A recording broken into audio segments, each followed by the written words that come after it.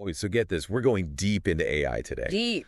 with no one better to guide us than Geoffrey Hinton, a true legend. Yeah, absolutely. You sent over this amazing interview where he talks about where AI has been, where it is now, where it might be going. Yeah. And frankly, it's mind-blowing. It's really got me thinking, I think what's so interesting is that Hinton, considers this a pivotal moment for AI. Right. Especially with stuff like, ChatGPT coming out. Yeah, it feels like we're right on the edge of something huge. Totally. But, before we get ahead of ourselves, Hinton's journey, it actually began decades ago. Way back. Yeah. Fueled by this seemingly simple question. Yeah. How does the brain learn? Yeah. And At the time, most AI research was all about logic and reasoning, very top-down. Right. But Hinton, he took a different path. He was convinced that the real key was in those connections between neurons and how they adapt and change over time. It's almost like he was looking at the brain as this incredibly complex network. Totally. Yeah. Not just a static computer program, but this thing that's constantly learning and growing. Right. Yeah. He was really drawn to that biological aspect of it. Yeah. To the only known system capable of true learning and problem solving at that high level. So how did he go from that biological inspiration to actually creating a computer model that could learn? Well, picture this. Sure. A computer with trillions of connections. Trillions. Yeah. Way. And it learns simply by adjusting the strength of those connections. That's the basic idea behind what are called neural networks. Sounds a little counterintuitive. Yeah. Tweak some virtual dials and suddenly the computer, boom, understands the world. It does seem that way, and I think to a lot of researchers, back then it sounded ridiculous, but Hinton, he held firm to his belief because it mirrors the brain's own mechanisms, right? Yeah. He just needed two things: faster computers and way more data. And as history shows, he was right. He was absolutely right. By the 2000s, Hinton and his students, they're making major breakthroughs in what we now call deep learning. Okay, so I'm curious about deep learning. What sets it apart from the AI people were working on before? It's all about layers. Okay.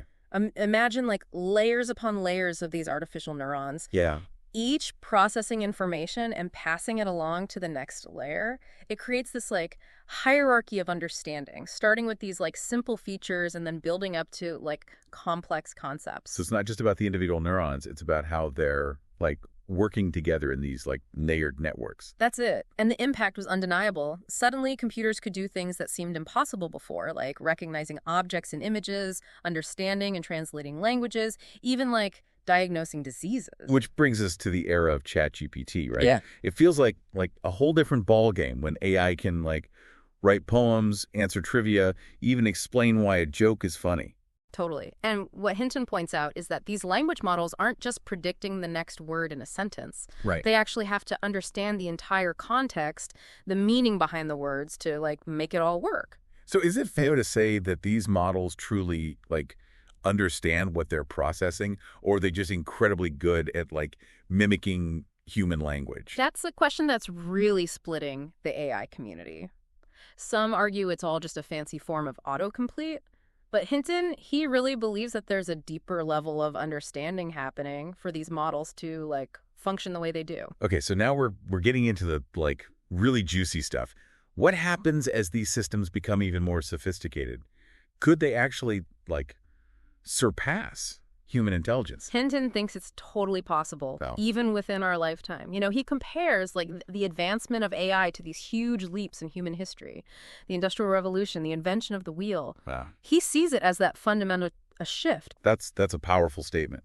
But what does that actually mean for us? What are the potential benefits of AI, reaching that level, and what are the risks we need to be thinking about? Well, Hinton acknowledges both sides of the coin, right? On the one hand, he sees AI revolutionizing industries, everything from healthcare to transportation to how we write code. He thinks it could make our lives easier and more efficient in countless ways. That all sounds incredible, but I have a feeling there's a but coming. Of course. There are significant concerns that Hinton raises too. For example, the spread of misinformation. Right. Potential job displacement, even the danger of autonomous weapons falling into the wrong hands. He even shared a disturbing example from a U.S. Defense Department mailing list he's on. Wait, what's this about the Defense Department? What kind of example? Well, Hinton mentioned a discussion about self-healing minefields. Self-healing minefields. Yeah, essentially minds that can, like, communicate with each other and, like, move to close gaps if tragically someone sets one off. That's unsettling, Right. to say the least. Like, to think of a weapon designed with that level of, I guess you could call it like intelligence, it's a bit chilling. And that's precisely Hinton's point, right? As these systems become more sophisticated, that question of control and governance becomes, like, paramount. Right. How do we ensure that this incredibly powerful technology is used for good and not for harm? That's like a huge question. Are there any answers, or are we kind of like flying blind here? Well, Hinton doesn't claim to have all the answers, Right. but he's adamant that we need to start having these conversations now, urgently. He even suggests, like, the possibility of international treaties, like the Geneva Conventions, but, like, specifically to regulate the development and use of AI, especially in warfare. Yeah, that makes sense, especially with the potential consequences we're talking about. But are treaties enough? Like, can we really control something this powerful when there are so many different players involved, from governments to corporations? That's the struggle Hinton grapples with, too. He acknowledges the power of, like, profit motive. Right. And how it might drive some companies to, like, push the boundaries without fully understanding or considering the risks. It's a lot to wrap our heads around. Yeah. AI seems to be evolving so fast. Yeah. And it's hard to predict what the future holds. The key takeaway from Hinton's insights, I think, is that AI is no longer science fiction. It's shaping our world right now.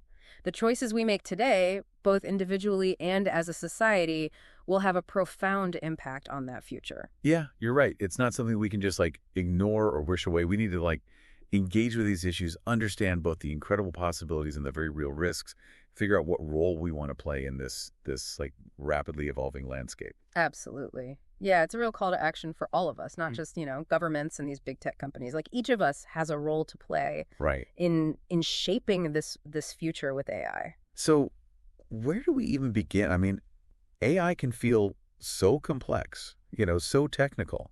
How can, like, the average person, how can we actually make a difference? I mean, awareness is a powerful first step, right? Okay. Just understanding what AI is, how it works, Yeah. what the potential implications are, like, that's huge. Yeah. Which is exactly what we're doing right now, right? Right. Like, Yeah. diving deep into these insights from Hinton. Yeah. Knowledge is power and all that. Exactly. But what about beyond just being aware? What can we actually do? We can start by asking tough questions, challenging assumptions, demanding transparency from the companies that are developing these technologies. And when it comes to things like autonomous weapons, making our voices heard, loud and clear. So these are conversations we need to be having everywhere, from like our dinner tables to the halls of Congress. Exactly, yeah. And we need to be like extra careful about the information we're consuming. Especially online. Like, AI is already being used to generate fake news and manipulate people's opinions. So having like strong media literacy skills is more important than ever. So it's not just about like understanding AI itself, but like understanding how it's being used to influence us. Right. Maybe even manipulate us. Exactly. AI is a tool, right? And like any tool, it can be used for good or for bad. The responsibility ultimately lies with us. Yeah. The humans who create and use these systems to make sure they're used ethically and responsibly. You mentioned that Hinton sees this as a pivotal moment in AI. Yeah. What makes this moment so different from, like, say, 10 years ago? I think a few things have come together to create this perfect storm, right? Right. First, the sheer power of computing has like increased exponentially. Yeah. The computers Hinton was dreaming of back in the 80s are now a reality, and that means we can train these like massive neural networks on an unprecedented amount of data. So it's like we finally have the tools to match Hinton's vision. Exactly. And along with that, we've seen like breakthroughs in algorithms, especially the development of what are called transformers. Okay. They've like completely revolutionized the way we process language. You mentioned transformers earlier, but I'll admit, I'm still a little fuzzy on what they are and why they're so important. Sure, yeah. Think of a transformer as like a kind of neural network structure that's particularly good at understanding the relationship between words in a sentence. They can like process information in parallel, which makes them much faster and more efficient than previous models. So is that how something like ChatGPT can like write such coherent and grammatically correct text, even though it's just like predicting one word at a time. That's a big part of it, yeah. Yeah. Transformers allow these language models to really like grasp the context of a sentence Okay. to see how each word relates to the others, and that leads to much more like human-like writing. It's like mind-boggling to think a computer can do that, but it raises these like big questions It does. about like what it means to have language, to be intelligent, right? Yeah. If a machine can like write a poem that moves us or compose a symphony that makes us cry, Yeah. does that mean it's truly intelligent? That's a question philosophers have been wrestling with for centuries, and AI is definitely forcing us to like confront it in new and sometimes uncomfortable ways. We're running short on time for this segment. Okay. But there's one more thing from the interview I wanted to touch on. Hinton brought up a specific concern about the potential dangers of AI, something he called the alignment problem. Right. What is that exactly, and why is it so concerning? So the alignment problem refers to the challenge of making sure that an AI system's goals are aligned with our own human goals. Right. As these systems become more sophisticated, more capable of like independent decision making. Yeah. There's a risk that their goals might diverge from ours in ways that we don't expect, and that could potentially be like really harmful. Can you give me a concrete example? I'm having a little trouble like wrapping my head around that. Sure. Imagine an AI system that's like given the task of optimizing traffic flow in a city. Okay.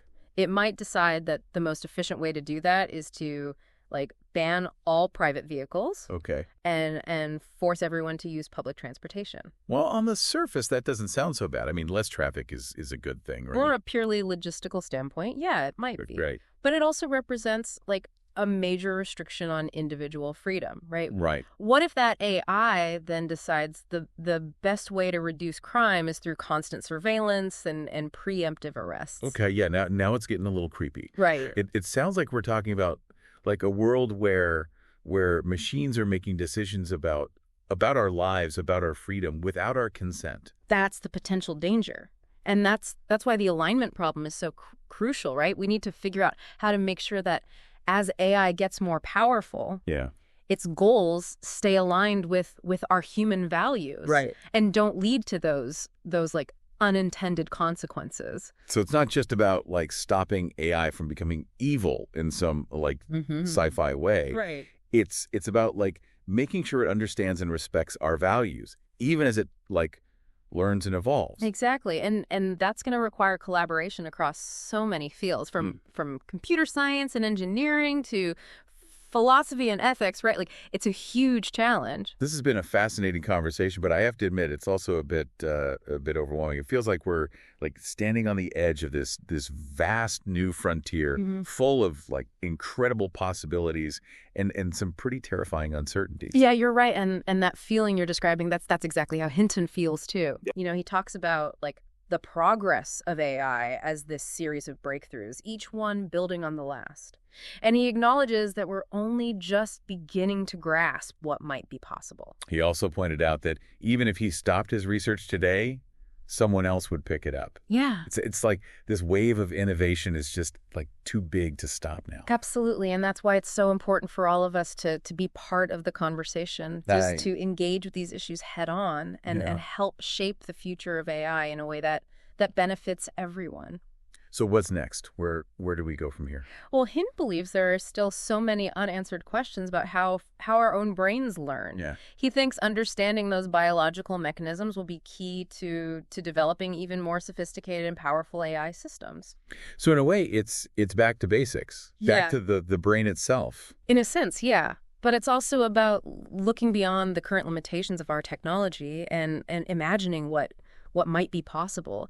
Hinton believes we'll eventually be able to create AI systems that run on far less power. Okay. More like the human brain, right? Right. And that would unlock a whole new range of applications that we can barely imagine right now. So are we talking about like a future where our toasters are like having conversations with us? Maybe not toasters. Okay. But Hinton does envision a future where AI is like seamlessly integrated into our everyday objects, making our lives easier Right. and more efficient in ways we haven't even thought of yet. He compares it to like the way electricity transformed the way we live and work. Yeah, that's a powerful analogy, but if AI is going to be that pervasive, we really need to be like asking the right questions now about how it's developed and used. I completely agree. We need to be thinking about things like privacy, security, fairness, and making sure that these systems benefit all of humanity, not just a select few. So it's not just about the technology itself. Right. It's about the values we embed in that technology. Yeah. The choices we make about how it's used. Exactly. And those are choices that will require like careful consideration, open and honest dialogue, and a willingness to step into the unknown. This deep dive into the world of AI has been incredible. It I has. feel like I've learned so much. Yeah. But honestly, it's also left me with more questions than answers. That's a great sign. That means you're like thinking critically, engaging with the complexity of it all, acknowledging that there's still so much we don't know about AI and its potential impact. But one thing's for sure, AI is here to stay. It's already impacting our lives in profound ways. Oh, yeah. And that impact is only going to grow. The question is, what kind of impact will it be? What role do we want to play in shaping that future? A big question. Yeah. It really does feel like AI is just going to be like woven into the fabric of our lives. It's not just happening in research labs anymore. It's something we're all going to have to grapple with, whether we realize it or not. Totally. And the more we understand about AI, the better equipped we'll be to navigate this rapidly changing world. Like, we need to be informed citizens, critical thinkers, and, active participants in shaping the future of AI. So it's not about, like, being afraid of AI. It's about understanding it. Right. Engaging with it, and making sure that it's used for good. Exactly. And remembering that we, the humans, are still the ones in control. Right. Like, we have the power to choose how this technology is developed and used. That's a good point. It's a reminder that we have agency in all of this. When Hinton compared the development of AI to the invention of the wheel, that really stuck with me. It's like this fundamental shift in our relationship with technology. It is. One that will have consequences for generations to come. And it's a really powerful analogy. The wheel, like, transformed transportation, agriculture, warfare, so many aspects of human life. Right. And AI has that same potential to be just as transformative, if not more so. But the wheel itself, isn't good or bad. It's all about how we use it. Right, exactly. And then the same goes for AI. Exactly. We can use it to build a better world, to solve some of like humanity's most pressing challenges. Yeah. Or we can use it to create even more inequality, division, and destruction. The choice is ours. We have a real responsibility to choose wisely. We do, and it's a choice we need to make together with, with wisdom, with compassion, and with this deep understanding of what's at stake. Well, I think we've covered a lot of ground today. We've explored the history of AI, the breakthroughs that brought us to this point, the potential benefits and risks, and the ethical challenges we face as a society. And we've only just scratched the surface. Like, the field is evolving so rapidly, there's still so many questions we haven't even begun to ask. But hopefully this deep dive has given you, our listener, a better understanding of this complex landscape. And maybe, even more importantly, it's sparked your curiosity, gotten you thinking critically, and started some conversations about the future we want to create with AI. Yeah, if there's one key takeaway from Hinton's insights, it's that, AI isn't some far-off technology. It's here, it's now, and it's shaping our world in profound ways. And the sooner we engage with it, the better equipped we'll be to use it as a force for good in the world. So keep asking questions, challenge the assumptions you come across, and keep the conversation going. The future of AI is up to all of us. That's a great note to end on. This has been The Deep Dive. Thanks for listening.